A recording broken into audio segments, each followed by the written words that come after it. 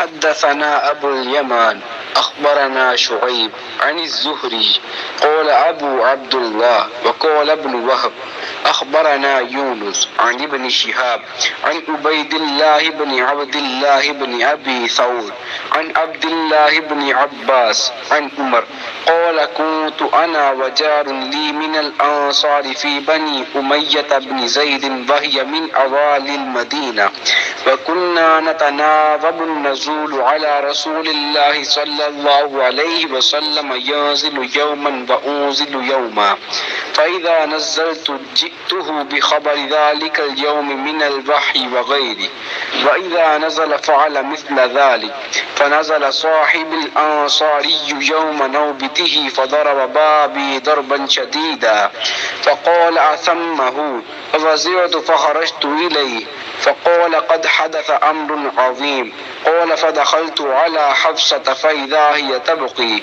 فقلت طلقكن رسول الله صلى الله عليه وسلم قالت لا أدري ثم دخلت على النبي صلى الله عليه وسلم فقلت وأنا قائم أطلقت نساء قال لا فقلت الله أكبر میرا پیمبر عظیم تر ہے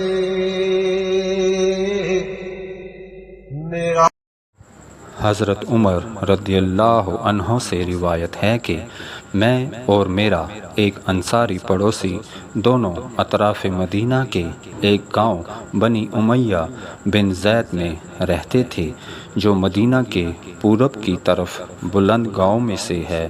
ہم دونوں باری باری حضرت صلی اللہ علیہ وآلہ وسلم کی خدمت شریف میں حاضر ہوا کرتے تھے۔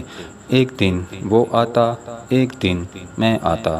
جس دن میں آتا اس دن کی وحی کی اور رسول اللہ صلی اللہ علیہ وآلہ وسلم کی فرمودہ دیگر باتوں کی اس کو خبر دے دیتا تھا، اور جب وہ آتا وہ بھی اسی طرح کرتا۔ تو ایک دن وہ میرا انصاری ساتھی اپنی باری کے روز حاضر خدمت ہوا۔ جب واپس آیا تو اس نے میرا دروازہ بہت زور سے کھٹکھٹایا اور میرے بارے میں پوچھا کہ کیا عمر یہاں ہے؟ میں گھبرا کر اس کے پاس آیا۔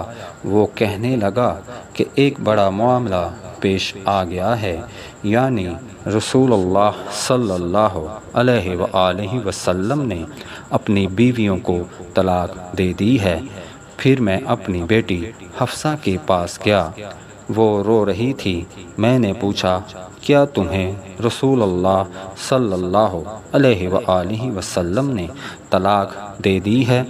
وہ کہنے لگی میں نہیں جانتی۔ پھر میں نبی صلی اللہ علیہ وآلہ وسلم کی خدمت میں حاضر ہوا۔ میں نے کھڑے کھڑے کہا کہ کیا آپ صلی اللہ علیہ وآلہ وسلم نے اپنی بیویوں کو طلاق دے دی ہے؟ آپ صلی اللہ علیہ وآلہ وسلم نے فرمایا نہیں، یہ افواہ غلط ہے۔ تب میں نے تعجب سے کہا اللہ اکبر، اللہ بہت بڑا ہے۔ صحیح بخاری حدیث نمبر 89۔ میرا پیمبر عظیم تر ہے، میرا پیمبر عظیم تر ہے، کمال خلاق ذات اس